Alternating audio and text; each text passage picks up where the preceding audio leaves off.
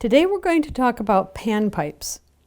Now, you may have seen this instrument at Folklife if you were there with your folks. This instrument that he has here is called a panpipe.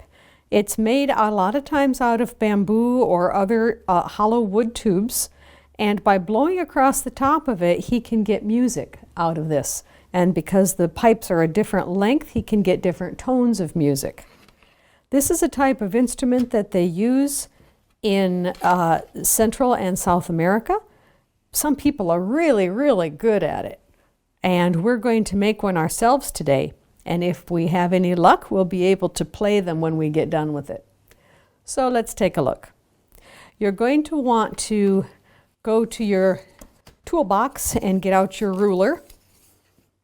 And then you'll want to go to your bag with the materials in it and pull out the bag that says panpipes. The project we're going to make looks like that. Our bamboo is going to be actually plastic straws.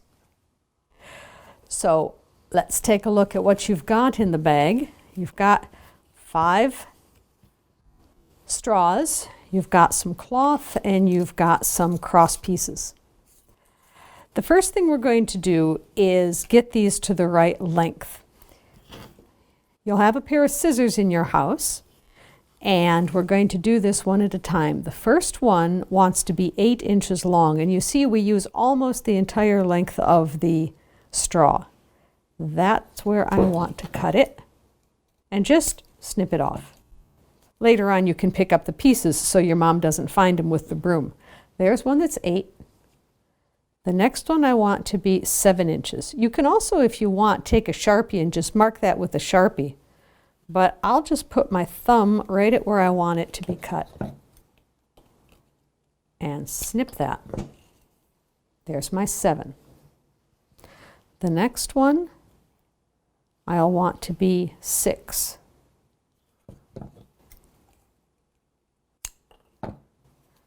There's my 6. Following the same pattern, the next one will be a 5.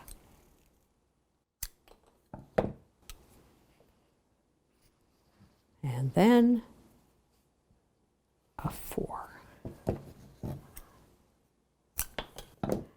Now, some of you clever students are going to be thinking, you know what, we could get another one because these pieces that we've cut are still pretty long. Could we keep going? Well, I bet we could. We don't have to, but hey, look, there's a 3. And I think 2 is probably the absolute smallest we can fit into this, because I think that these things are about 2 inches wide. Ha! Out of 5 straws, I got lots and lots of pipes. I got my 8, 7, 6, 5, 4, 3, and a 2. And if we make them all level at that end, that looks kind of cool. I will pull out my cross piece, and what I'll do is take the tape out of the toolbox, and I'm going to tape this onto the cross piece. I want to have a little bit hanging out above because I want to be able to get to it with my lips, and I don't want to just put this on like that and be done with it. I really want to make sure that it's attached well. So what I'll do is, stabilizing the straw like that, I will put this on the very top, and then look at this. I'm going to scooch this around so that I can get into that corner. So there's lots of tape. Now it's stuck on this side. So there's lots of tape going all the way around the straw. Do you see? By poking my finger in there, I've really got that straw well attached to the cross piece, and I can hopefully have it be kind of square to the cross piece. Let's see how far I need to space them to fit this many in. And they kind of roll around on me, so this will give me an idea, but I'll have to be kind of jiggly with it. Yeah, you see? So I see that I have a little bit of space that I can put between them and have it end up like that. course, I want the tops to all be the same height. So in theory, this is the way it's going to look. So everybody come over here and wait your turn. I'm going to try to get number 7 exactly as well placed as number 8. So I'll take even maybe and kind of pinch it around the straw a little bit before I even get it close to the cardboard. That way I can get it into the corners like we were talking about. And it might be even easier for your fingers to get in here and push down that tape than it is for mine, because your fingers are smaller. But I want to make sure that these guys are parallel. That means they're going along like 2 tracks in the same highway and they don't ever cross or intersect. Parallel, that's a good word. So there's the next one. I'm going to push the tape around it quite a bit so that all it has to do is touch the cardboard and stick. Ah, you know what? I put the tape on too high. Reposition the tape down a little bit so that I have the right amount sticking out up above the cross piece. And stick that down. Okay, I'm doing pretty well for keeping these about the same height. My number 7 wants to not be parallel with my 8-inch there. I will encourage him along.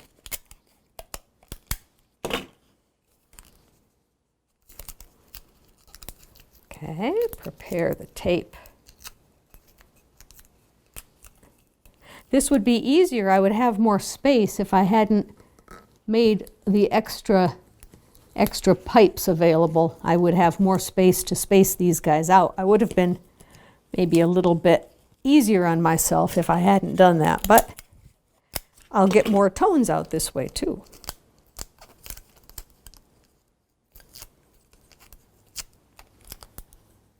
The most important thing for me is that they're level across the top, and I need to reposition this tape again.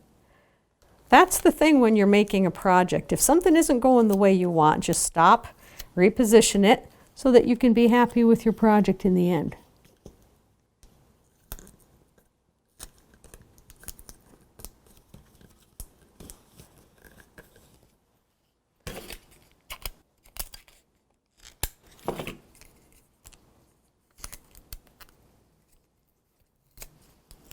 It doesn't matter if it's kind of messy with the tape here on the cross piece, because it's going to get covered up later. So you don't need to worry about being persnickety about making sure that that all looks lovely on the inside.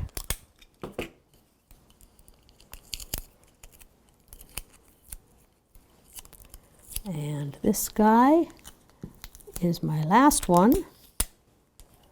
And he might not even, since he's so short, he might not even show out the other side of the cross piece. But that's all right.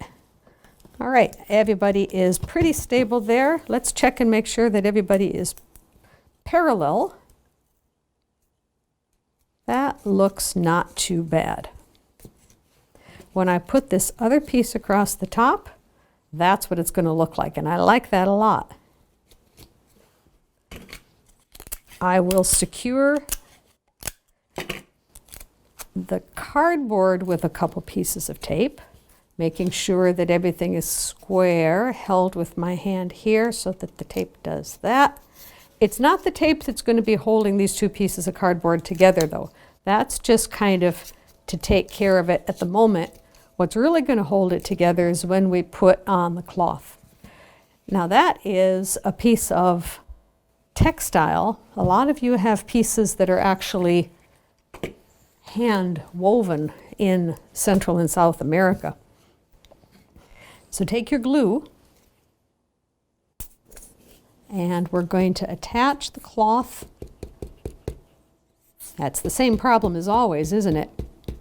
When we sit the glue up on itself, all the glue goes to the bottom of the jar and we want it at the top of the jar. There it is. I'm just going to draw a little line of it here. And then do something fancy here in the middle. I'm going to lay it on its side so that it doesn't all go to the bottom of the jar again. Then I'll lay that right across there. Make it smooth. Encourage it to be stuck. And when I flip it to the other side, if your teacher has done a good job of measuring the cardboard and the piece of cloth, it should meet in the middle.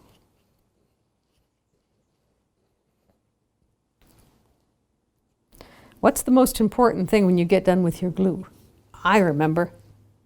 Put the top back on it so that you have glue for the next project and it isn't all dried out for you.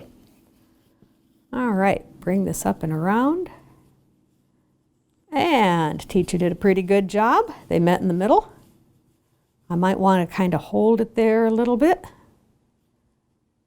until the glue starts to say, I know what I'm supposed to do. I'm supposed to stick cardboard to cloth and then leave it undisturbed for a little while so that the glue can solidify, and then play yourself a song on your new panpipes.